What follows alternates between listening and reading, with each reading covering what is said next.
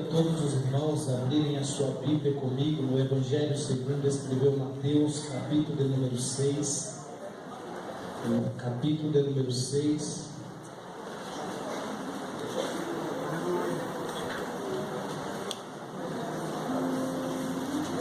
Verso de número 5 e 6. O Evangelho segundo escreveu Mateus, capítulo 6, versos 5 e 6. Quantos irmãos procuram, eu quero já agradecer a oportunidade de estar aqui nesta noite, o convite também de estar adorando junto aos irmãos, ao nosso Deus, convite feito pelo Lael, a honra de estar também aqui no aniversário do Lucas, pelo convite, muito obrigado pela confiança, também congregando com o nosso pastor Rubens, é um prazer muito grande, Deus abençoe, juntamente com o Tiago, nosso amigo, líder da Joaxa. É um prazer, e todos os demais pastores, nossos amigos, companheiros, estamos aqui para glorificar a Deus junto com os irmãos. E é um prazer estar no vosso setorial, toda a juventude. Amém? Estamos juntos, misturados para a glória de Deus. Capítulo 6, verso de número 5 diz assim: E quando orares, não seja como os hipócritas, pois se comprazem em orar em pé nas sinagogas e às esquinas das ruas para serem vistos pelos homens. Em verdade vos digo que já receberam o seu galardão. Mas tu, quando orares, entra no teu aposento e, fechando a tua porta, ora a teu Pai que te vê em oculto, e teu Pai que te vê secretamente te recompensará. Curve a sua cabeça, feche os seus olhos. Soberano e eterno Deus, Pai celestial, eu reconheço a minha incapacidade, eu reconheço a minha fragilidade diante do Senhor. Mais uma vez estou diante do teu povo e eu reconheço a minha total dependência ao Senhor. Querido Espírito Santo, que a tua palavra possa alcançar o coração do teu filho neste momento, suprindo-lhe suas necessidades em particular. Eu lhe peço, esta é a minha oração, te agradecendo em nome de Jesus. Amém. O texto que acabamos de ler, embora seja muito conhecido e apresente um significado muito importante e singular às nossas vidas, ele nos traz grandes reflexões, nos faz pensar, nos faz elevar o nosso grau de intimidade com Deus um pouco mais adiante. Quando falamos de oração, falamos de um momento único, de um momento especial. Orar é falar com Deus. Orar é estar em sintonia com o céu. É estar diante da presença de Deus. E todos nós aqui, creio que sabemos desta tão valiosa importância. No entanto, quando é o mestre que fala, com toda a sua importância, com toda a sua vida, com toda a sua unção e com todo o seu ministério, é mais significativo ainda.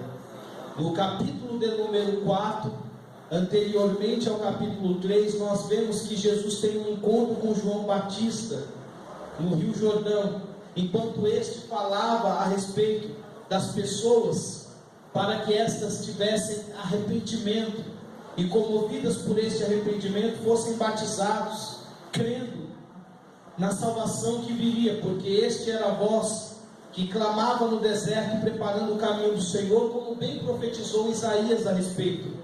E quando ele falava, as pessoas iam se aglomerando, querendo ouvir a sua voz, mesmo que a mensagem fosse dura, mesmo que a mensagem não alisasse ninguém, não passasse a mão em ninguém, mas o que o povo precisava era se arrepender. E eles vinham até João no deserto. No entanto, uma ocasião especial, cuja João também esperava, chega, e agora ele para de falar e todo mundo começa a olhar o que ele vai dizer. E ele diz que alguém estava vindo ao seu encontro que era diferente. E ele diz: eis o Cordeiro de Deus que tira o pecado do mundo. Quando ele chega e se apresenta diante de João, João logo diz: mestre, Rabi, Senhor, eu que careço de ser batizado por ti, e tu vens a mim. E Jesus disse: deixa por agora, porque assim convém cumprir toda a Escritura. Então a Bíblia diz que João, tomando Jesus, e ele descendo a água e sendo batizado, logo quando ele sai da água, desce uma pomba do céu, em forma, o Espírito Santo vem em forma corpórea de uma pomba, e a voz brata do céu dizendo: este é o meu filho amado, em quem minha alma se compraz. No mesmo instante Jesus é cheio do Espírito Santo, e o primeiro momento que ele tem é de ser levado, no capítulo 4, ao deserto para ser tentado pelo diabo. Então, cheio do Espírito Santo, ele vai diante de uma prova. Nos livros sinóticos, que se entende Mateus, Marcos e Lucas, nós vemos essas referências pontuais a respeito do texto. No entanto, Lucas traça um pouco diferente a história da tentação, traçando detalhes valiosos de uma forma diferente. Marcos dá uma breve consideração ao texto com um significado muito maior, pois Mateus diz que ele ficou 40 dias e 40 noites em jejum, e foi tentado, citando, tanto como Lucas, 3 episódios. Já no livro de Marcos diz que ele foi tentado durante os 40 dias, foi tentação durante os 40 dias e as 40 noites, e Jesus foi para uma guerra. E quando ele sai daquele lugar, ele sai feliz, acredito eu, com certeza, segundo a história bíblica, porque ele venceu o diabo, não com o status que adquiriu no começo, que chegou pela recomendação de João. Ele não foi só recomendado, ele venceu Satanás pelo poder da palavra de Deus. E quando ele vence, a Bíblia diz agora no Evangelho de João que a passagem foi rápida, mas o poder realizado e efetuado nela foi magnífico, porque veio do céu e não da terra, veio do alto e não de baixo, e tudo que vem de Deus é poderoso para a destruição de fortalezas para a glória de Deus. Marcos então diz que logo que ele foi, assim como Lucas retrata dizendo que quando ele venceu, o diabo já estava preparado para tentá-lo novamente. Isso quer dizer que quando você vence uma prova hoje, uma tentação hoje, não está livre de ser derrotado amanhã, porque a sua batalha é todo dia. Você é tentado, é ludibriado às vezes, mas estando com a palavra de Deus e orando, você vai ter resposta certa da parte de Deus, vai ter vitória. E o detalhe é que logo após a primeira mensagem que ele prega é dizendo: é chegado o reino de Deus, arrependei-vos. Jesus prega o arrependimento. No capítulo 5 de Mateus, ele sobe a montanha, e subindo a uma montanha alta, ele começa a ensinar, e se assentando sobre ela, ele começa a ensinar. Ninguém até o momento falava como Jesus. Segundo alguns irmãos que estudam um pouquinho a Bíblia, eles dizem que era um costume dos judeus, assim como de alguns oradores, escribas e outros fariseus, saduceus, que buscavam o conhecimento dentro das sinagogas, de fazerem o uso da palavra, assim como nas praças e nos lugares, eles gostavam de falar, e tinha uma particularidade muito grande, alguns, para envolver o povo contando histórias, parábolas, provérbios. E isso veio desde o Antigo Testamento, por inúmeras passagens, desde os profetas maiores aos menores, que envolvia o povo contando parábolas, e todos ficavam admirados de alguns doutores da lei que contavam estas parábolas, até porque peritos, como diz a Bíblia, ou doutores, como diz a Escritura em outra tradução, eram pessoas nada mais, nada menos que, para os nossos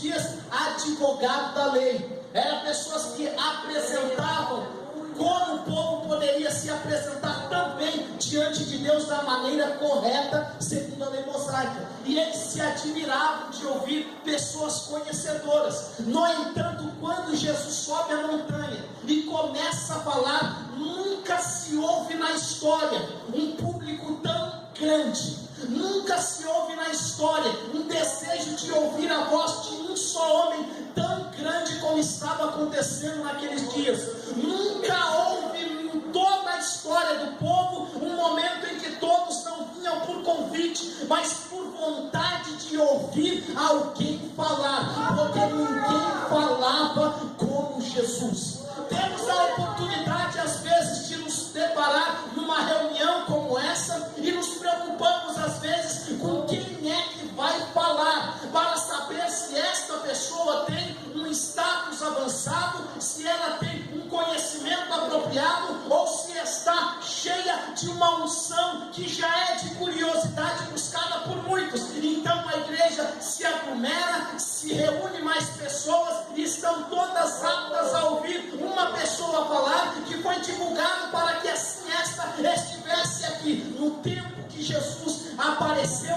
foi diferente, ninguém lhe apresentou, ninguém falou que ele estaria no lugar, mas quando ele abria a boca, ajuntava tanta gente querendo ouvir a sua voz, que milagres aconteciam, coisas maravilhosas eram realizadas. E eu tenho uma palavra de Deus ao teu coração nessa noite. Você não veio preocupado com essas coisas, portanto Jesus tem uma palavra que vai ao encontro do teu coração nessa noite.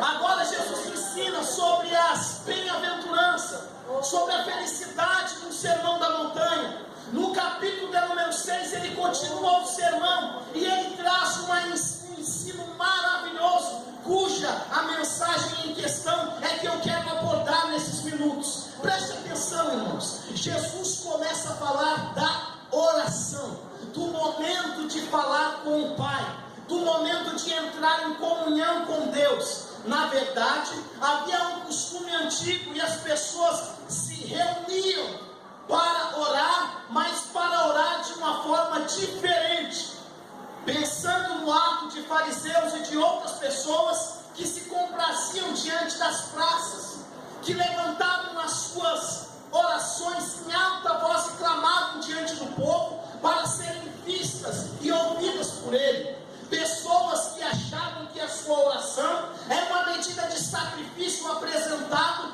de forma visível a todos, que ali mesmo eles pudessem angariar com isso alguns aplausos, algumas apresentações, como se fosse um teatro, porque a palavra fariseu, ou melhor, quando Jesus se refere a eles e chama de hipócrita, é a mesma palavra conhecida na nossa tradução por artista, porque representa uma coisa que não vive, porque representa uma coisa que não é. E naquele momento eles estavam apenas representando. Jesus, olhando para eles com o intuito de ensinar os seus discípulos e ensinar a todos que estavam presentes, ele diz: na verdade, quando vós fostes orar, não useis de orar como os hipócritas, que se comprazem em pé nas praças, falam em alta voz, clamam para que todos possam os ouvir e todos possam os ver. Na verdade, eles já receberam o seu galardão. Porque quem procura ter prestígio nessa terra, porque quem procura ter prazer em ser visto, em estar em alta no seu status, por estar sendo aplaudido pelo povo, quando na verdade não vive nada daquilo, é simplesmente um artista. A igreja não é um teatro e não tem artista dentro dela. A igreja é um lugar onde Jesus fala para corações arrependidos. A igreja é um lugar de pessoas que precisam da verdade. Igreja aos nossos dias. Hoje eu falo mais como um pastor do que como um pregador, porque quando há um coração ferido, quando há uma lágrima derramando que ninguém está vendo, quando há um sentimento de tristeza, quando há uma derrota que ninguém está vendo e você fica sabendo, o primeiro desejo que eu particularmente tenho como pastor é cumprir as escrituras, é chorar com os que choram, é sorrir com os que se alegram, é levantar a sua mão, é dar o braço, é dar o corpo, é ajudar da medida no possível. No entanto, nos nossos dias foi dito aqui algo sobre amizade e eu achei interessante. Nem todo mundo que você acha que é amigo de fato é o seu amigo. Segundo algumas pesquisas pesquisa recente em Oxford e também em uma das maiores universidades de Harvard, foi feita uma pesquisa que 7 amigos são aqueles que você compartilha vitórias, derrotas, fracassos e problemas da sua vida. São aqueles que você liga na madrugada e estão com você. São aqueles que você tem um problema e eles te ajudam. São aqueles que você tem uma alegria e quer compartilhar com você. 15 desses amigos são aquelas pessoas que estão ao seu lado. Você compartilha ideias com ela, conversa, trabalha até algum ponto do relacionamento, mas não são como os 7 que são mais chegados. E 25 a 50 são seus amigos que estão com você, estão andando com você, você fala algumas coisas com eles, não são tão próximos, mas são amigos. Seu cérebro tem um hormônio desenvolvido dentro dele que consegue capacitar você para adquirir no máximo 150 amigos. Então já cai aqui por terra aquela ideia que eu sou rodeado de amigos na rede social, tenho 1.000, 2.000, 3.500, 400, quando na verdade, na hora do problema, nenhum desses amigos pode te ajudar. Segundo uma pesquisa feita no Natal do ano passado, 25 de dezembro, uma mulher na Grã-Bretanha de 42 anos colocou na rede social um pedido de socorro, dizendo que precisava de algum amigo para conversar durante a manhã até a noite deste dia. Ninguém se manifestou e ela tinha 1.017 amigos na rede social. O resultado, a tristeza e a opressão que ela estava vivendo por falta de companheirismo era tão grande que ela se matou à noite, se suicidou. E aí eu te chamo à realidade da versão bíblica dada por Jesus. Não adianta representarmos um papel, não adianta termos um título qualquer. O que importa é aquilo que está dentro do nosso coração, sendo operado pelo Espírito Santo. Quem veio aqui não veio para tocar no braço do irmão ou simplesmente dar um sorriso para alguém. Quem veio aqui num dia quente como hoje dentro desta casa e está aqui alegre e feliz por servir a Deus é porque ama a palavra e tem desejo de ouvir Jesus falar. Quem ouve Jesus a vida muda, quem ouve Jesus entende o que é amizade, quem ouve Jesus é curado, quem ouve Jesus recebe notícia pós-nova, quem ouve Jesus recebe livramento, quem ouve Jesus está alegre, quem ouve Jesus tem problema, mas sabe que a solução vem do céu. Quem ouve Jesus sabe que mesmo que esteja enfermo pode ser curado. Quem ouve Jesus está aqui.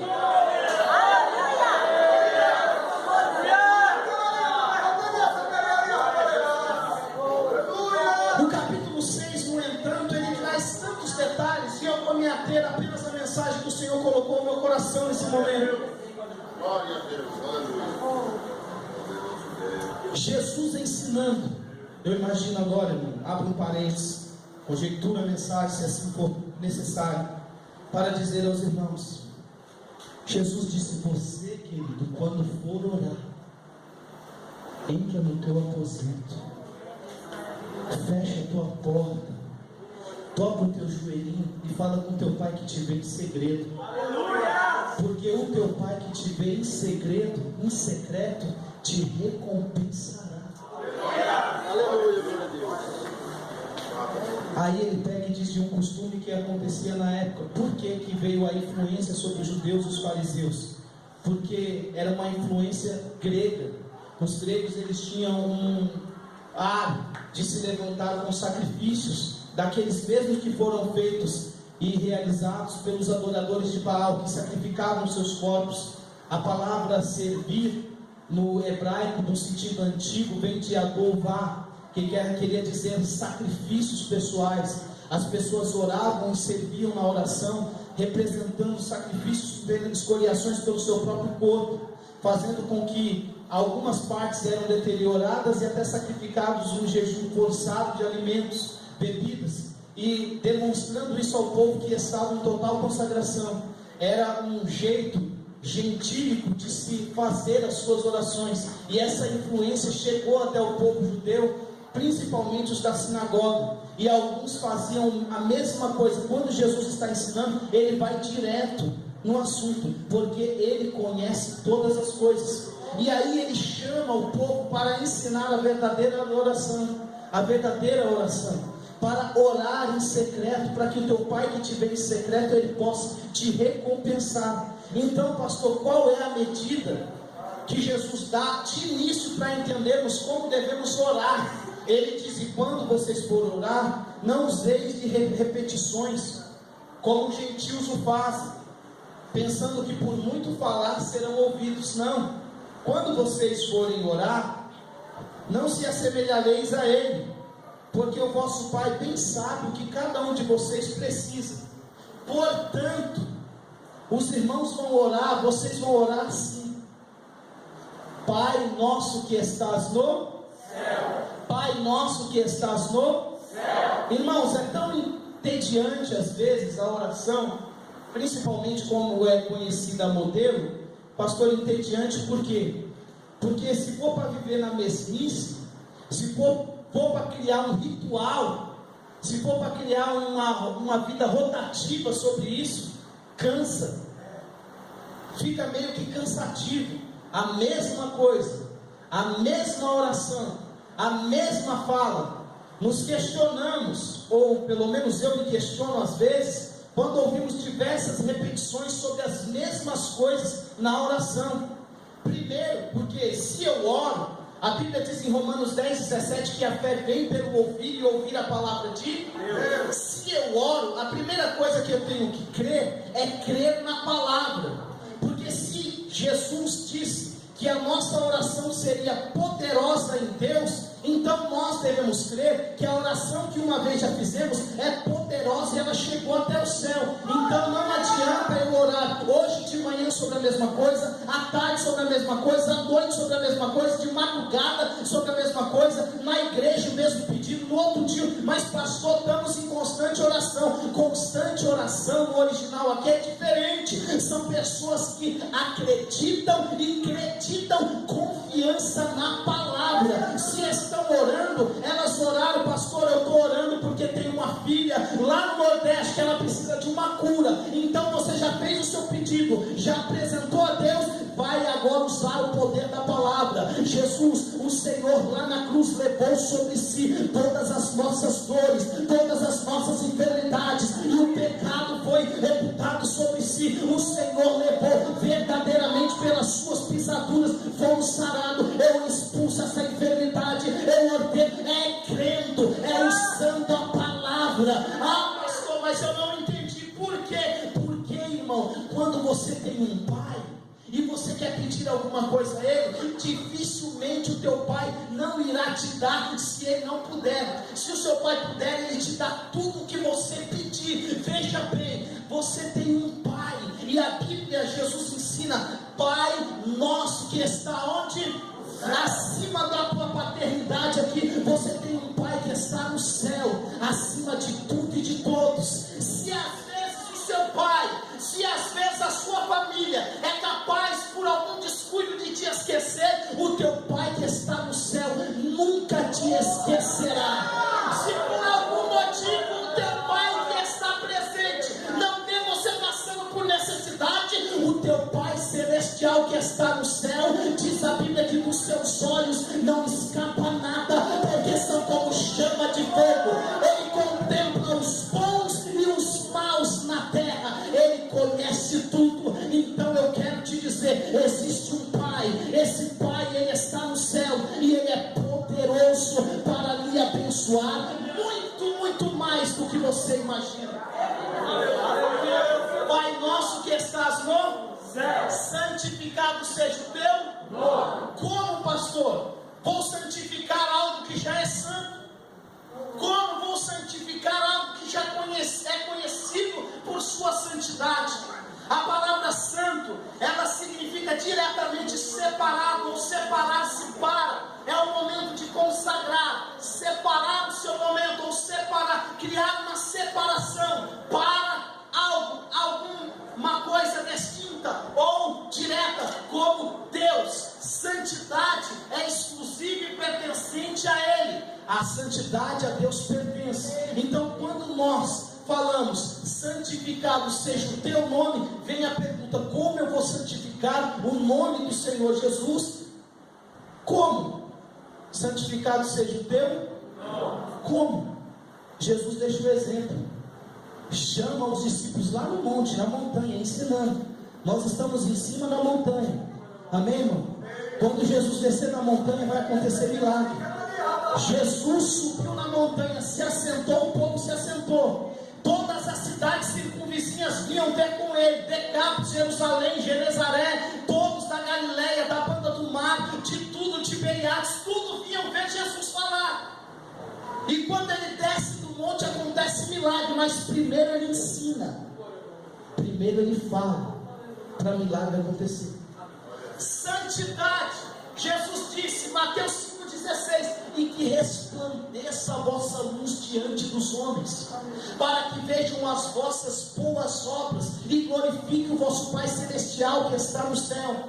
Eu vou entender o que é glorificar a Deus quando eu entender que a minha vida separada está sendo usada para glorificar a Deus em qualquer circunstância. Então eu sei que santificado seja o nome do Senhor é através da minha própria vida. A minha vida santifica o nome de Deus, a minha vida santifica o nome do Senhor. Paulo, escrevendo a carta aos Coríntios capítulo 12, ele diz: rogo-vos, pois, irmãos, pela compaixão de Deus, que apresentei os vossos corpos em sacrifício vivo, santo e agradável a Deus, que é o vosso culto racional, e não vos conformemos com esse mundo, mas transformai-vos pela renovação do vosso entendimento, para que podeis experimentar qual seja a boa, a agradável e a perfeita vontade de Deus. Quando Paulo chama a atenção da igreja, eu observo uma coisa: no Antigo Testamento o sacrifício era trazido ao altar morto, o sacrifício era trazido ao altar morto, haveria de matar, imolar o animal, trazer a sua oferta ao altar, e assim o sacerdote fazia a expiação com todo o ritual que deveria ser feito. Já Paulo fala aos irmãos que o nosso culto é um sacrifício vivo, o nosso culto é um sacrifício vivo. Irmão, não é fácil estar na igreja, não é fácil estar servindo a Deus, não é fácil santificar o nome do Senhor. Às vezes uma pessoa passa na rua, brinca com você, faz chacota com o seu nome. Lá na empresa as pessoas querem ver você errar, querem ver você falhar, querem ver você pecar igual elas pecam, roubar como elas roubam. As pessoas querem ver você beber, querem ver a sua primeira queda, querem te ver cair no fracasso assim como elas caem. Mas tudo isso cai por terra quando você decide santificar o nome do Senhor. Ai, irmão, como é gostoso ver Deus sendo glorificado em qualquer momento. Quem tem glória da glória, quem tem aleluia da aleluia, quem veio aqui nessa noite para receber glória, é o momento. Receba a glória de Deus aí, pois a tua luz resplandece nessa noite. Pai nosso que está no céu, santificado seja o teu nome. Venha a nós o teu, venha a nós o teu. Quando eu vou fazer uma visita, a primeira coisa que eu faço é essa: Senhor, meu Deus e Pai, eu implanto o teu reino nesse lar. Peço ao Senhor que o teu reino venha comigo sobre essa casa. Porque, irmão, eu não estou sozinho. Você não está sozinho. Pastor, mas lá só tem eu. Você lá não está sozinho. Pastor, na minha casa eu estou orando, Jesus vai salvar, eu creio, eu estou sozinho, tá não. Chama o reino de Deus com você. Você não está sozinho. O reino de Deus vai vir ao teu encontro. Pastor, prova isso, eu provo, irmão. Eu estava fazendo um evangelismo no Jardim Ibirapuera, e eu fui pegar algumas pessoas, deixei tudo. Quando eu voltei para pegar outras, já tinha terminado, praticamente só faltava uma. Aí levei para deixar em casa. Quando eu deixei todo mundo descer do carro. Estava com a chave cai dentro do bueiro, e eu já tinha trancado o carro e a chave caiu dentro do bueiro. Aí eu falei: eita maravilha, aquelas bocas de lobo, sabe? Caiu lá dentro. E aí eu falei: agora não tem jeito, para tirar aquela tampa só Deus para dar graça. Aí tinha um rapaz na frente, onde eu parei, quando sabia, apareceu ali, estava lúcido, não estava embriagado, mas com as roupas um pouco sujas, casa bem simples. E ele falou: ô irmão, caiu aí alguma coisa? Eu falei: caiu a chave do carro, meu querido. Aí ele: puxa vida, eu posso te ajudar? Eu falei: você me acha, tem alguma barra de ferro, alguma coisa para ele tirar essa tampa aqui? Você vai entrar e vou. o senhor tem uma camisa velha e uma calça suja, alguma coisa aí para mim pôr? Você vai vestir a minha roupa? Eu falei, vou. Se tiver, peguei e vesti, entrei lá dentro do bueiro e comecei. Quando eu fui ver, tem aquela sujeira. Tinha um buraco que vai para mais fundo ainda. O negócio caiu lá para dentro. Maravilha, né? Aí lá vai o servo. Aleluia, Jesus, para tirar a chave. Tirei. Quando eu entrei dentro da casa dele, eu limpei, comecei a me limpar lá tudo, tirei a roupa dele. Quando eu olho para o homem está chorando. E na hora que eu cheguei, eu falei com ele, até ouviu eu falar, eu falei, Senhor, venha comigo o teu reino. Ele ficou olhando assim, não entendeu, mas... Só que quando eu estava me colocando de cabeça baixa, eu coloquei minha roupa, joguei o terno do lado, pus a calça e a camisa, deixei a gravata de lado e peguei a chave e estava quase saindo. Quando eu olho para ele para agradecer, o homem estava em lágrimas chorando e começou a soluçar. Na hora eu olhei para ele, eu olhei para casa e o Senhor de novo, vem aqui, Senhor, nessa casa do teu reino. A glória de Deus tomou conta daquele ambiente. Quando eu olhei para ele, eu disse, filho, eu não sei porque minha chave caiu aqui dentro, mas Deus mandou eu nessa casa para trazer paz e alegria sobre ela.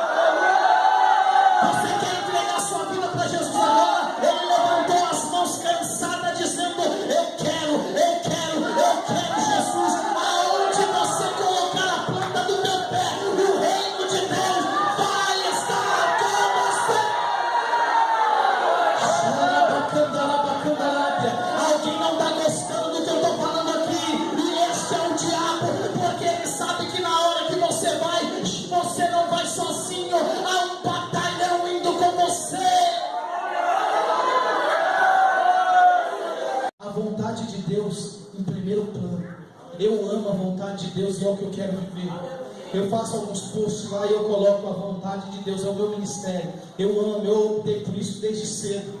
E estou aqui, 33 anos, um jovem, casado, muito bem casado, com uma esposa maravilhosa, linda, com um filho maravilhoso, uma filha maravilhosa, uma família maravilhosa, um dos pastores mais novos aqui do Ministério da AXA Brasil, grato a Deus por isso, feliz e alegre, consagrado como pastor da nossa convenção, na convenção que passou com muita alegria, e agora dirigindo uma igreja abençoada, que com pouco tempo o Senhor tem feito assim, ó, venha a nós o teu reino. Você quer o meu reino, meu filho? Então vai o teu reino. Meu reino vai para a tua casa, para a tua igreja, e o Senhor está abençoando de uma forma maravilhosa.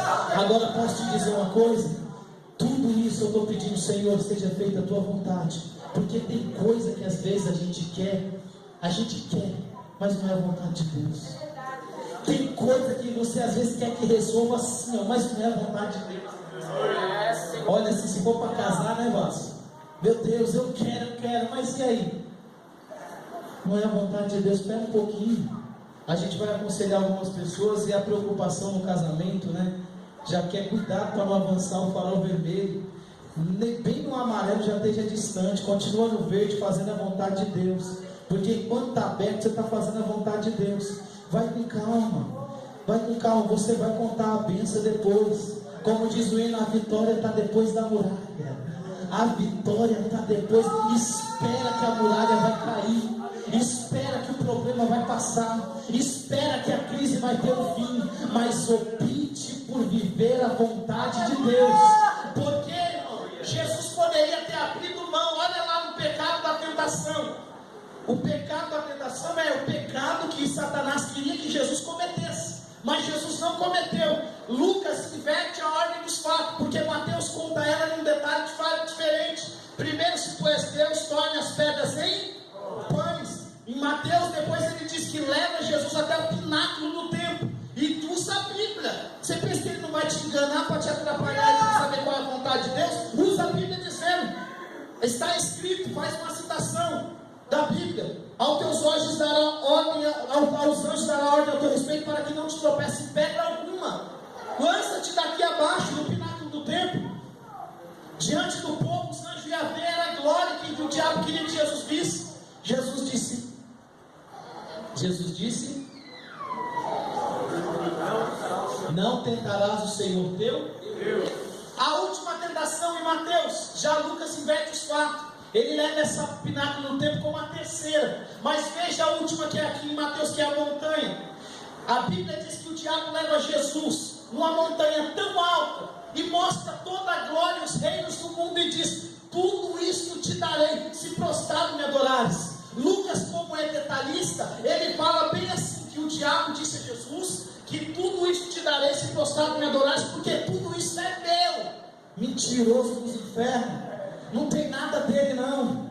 Aleluia, essa casa é tua, filha, é mentira dele que não é. Essa família é tua, é mentira dele que vai ser destruída. Essa bênção é tua, é mentira que ele vai roubar. Essa alegria é tua e com ela você vai para o céu. É mentira que ele vai te deixar triste. Ergue a tua cabeça, põe teu pé firme no chão, creia no Deus de milagre e viva a vontade dele.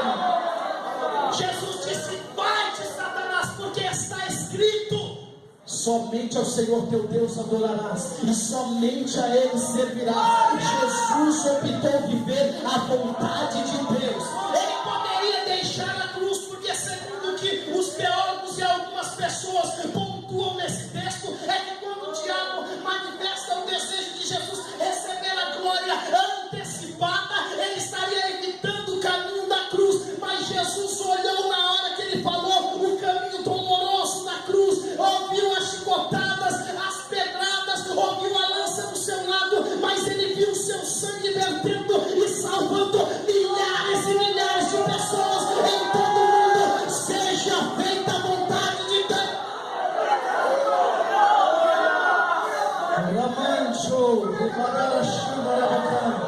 O pão nosso de cada dia nos dá hoje. Paulo, escrevendo aos Filipenses, ele diz: irmãos, ele não escreve porque a igreja de Filipenses era uma igreja necessitada de forma alguma.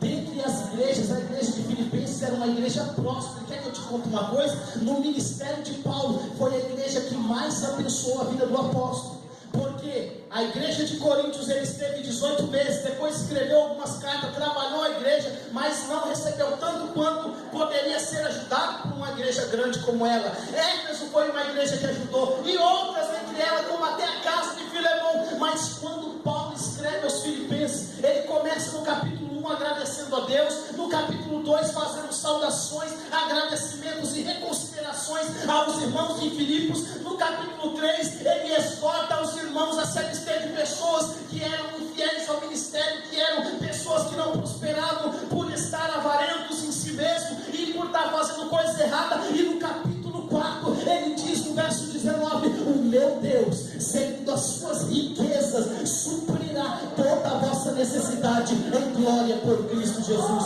O pão nosso de cada dia nos dá hoje. Não se preocupe com o dia de amanhã. Jesus disse: basta cada dia o seu próprio mal. Então, irmão, é o dia de hoje, é a noite de hoje. O teu milagre, pastor, é porque no mês que vem vai ter um congresso e o pastor fulano de tal vai estar aqui. Ele é usado por Deus, canela de fogo cheio até o tutano. É ele que vai orar e é ele que você curado. Você vai vir, ele vai orar, vai abençoar toda a casa e você ainda não vai receber a cura, porque você está esperando do dia de amanhã, quando Deus quer te dar hoje. Quando Deus quer te dar hoje.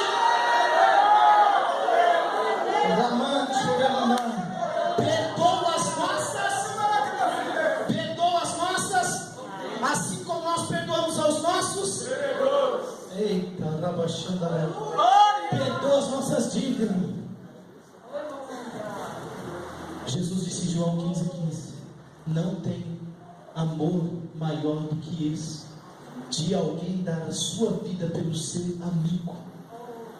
Se você está com dúvida do perdão, veja o que ele diz, ou o que o apóstolo João escreve, primeira epístola de João 1:7: mas se andarmos na luz, como ele na luz está, temos comunhão uns com os outros, e o sangue de Jesus Cristo, seu Filho, nos purifica de todo pecado. Romanos capítulo 3, versículo 23: porque todos pecaram, destituídos estão da glória de Deus. Romanos 6, 23: porque o salário do pecado é a morte, mas o dom gratuito de Deus é a vida eterna por nosso Senhor e Salvador Jesus Cristo. Isaías 1:18 falando sobre o grande momento de Jesus. Ele disse: vinde, arde-me, diz o Senhor, ainda que os vossos pecados sejam como a escarlata, se tornarão como a branca lã, e ainda que sejam vermelhos como a carmesim, se tornarão alvos mais que a neve. Jesus veio trazer limpeza. Jesus veio ser o nosso advogado. Advogado por quê, pastor? Para nos perdoar o pecado, advogar a nossa causa. Mas como advogado? Primeira Epístola de João 9: se confessarmos os nossos pecados, temos um advogado para com o Pai, e Ele nos purifica de toda injustiça e de todo pecado. Se até hoje o pecado reinou na tua vida, trazendo miséria, desgraça, noia, vício e toda tortuosa vida que um homem pode ter nessa terra, Jesus veio dizer para você que aonde abundou o pecado, superabundou a graça, superabundou a graça. Rapaz, se coloque de pé agora.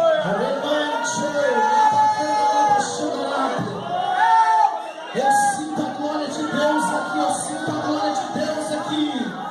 Último, e não nos induz à tentação, mas livra-nos do mal. Não nos induz à tentação. A palavra tentação foi a qual nós descrevemos aqui no texto e usamos na mensagem. E o diabo, assim, quando você vence uma, ele pega você para prová-lo novamente, tentá-lo novamente, querendo te derrubar. Por isso que a nossa vida é constante oração e palavra. Oração e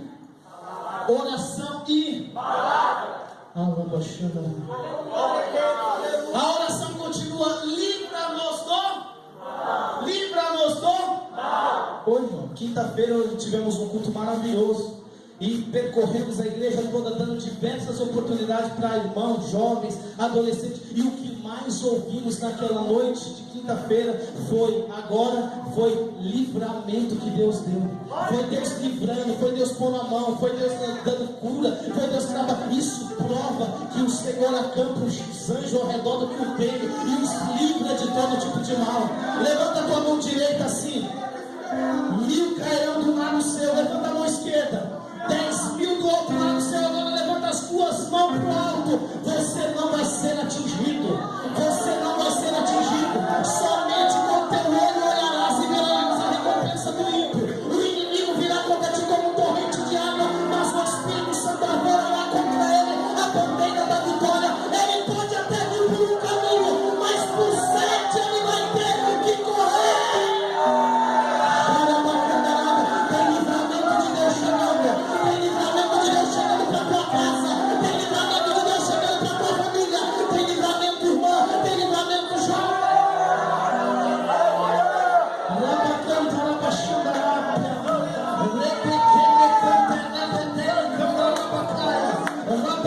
O mais lindo é agora. O mais lindo é agora, porque ele diz: porque teu é o reino, porque teu é o poder, porque teu é a glória para todos sempre. Amém. Sabe o que está acontecendo aqui hoje? Nada mais, nada menos do que dar a honra, a glória, o poder e a majestade para quem merece. Para ele, a glória é dele, a honra é dele, o poder é dele.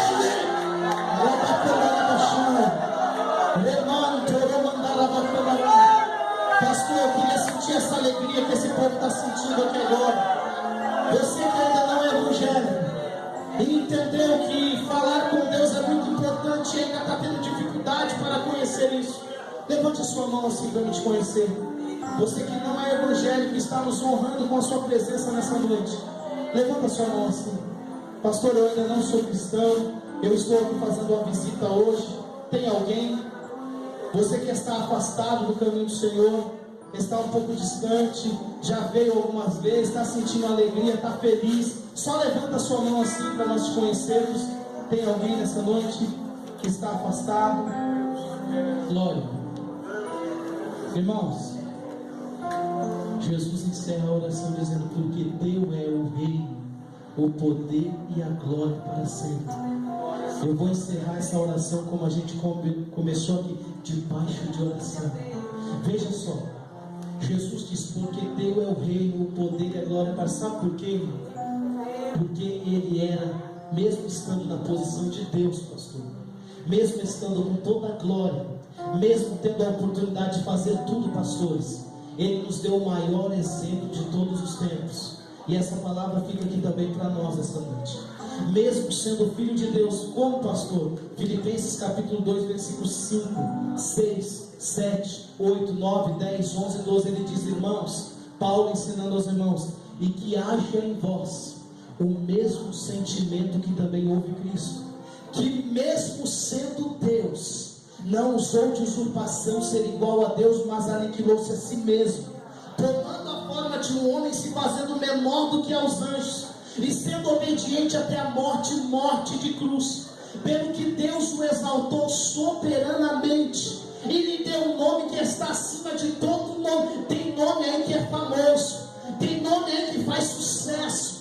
Tem gente que diz: ah, se o nome tal tiver aqui, vai quebrar tudo. Eu não quero esse nome, eu não quero essa fama, eu não quero esse status. O nome que eu quero, só Ele pode fazer. Dobrar joelho no céu, na terra, ou debaixo da terra, e toda língua vai confessar que Ele é o Senhor, para a glória de Deus Pai. O nome dele é Jesus. Jesus, quando eu falo Jesus, o inferno estremece. Quando eu falo Jesus, cura acontece. Quando eu falo Jesus, milagre acontece. Eu vou encerrar agora dizendo uma coisa: quem quer receber uma oração, o que vai acontecer, pastor? Eu, pastor, aqui nesse momento, sou porta-voz de Deus, e como ministro do Senhor, eu vou te abençoar no nome de Jesus. Saia do seu lugar agora, vai ser uma oração única, mas você vai receber a bênção da parte de Deus. Todos que querem receber uma oração nesse momento e serem abençoados por Deus, saia do seu lugar agora. Eu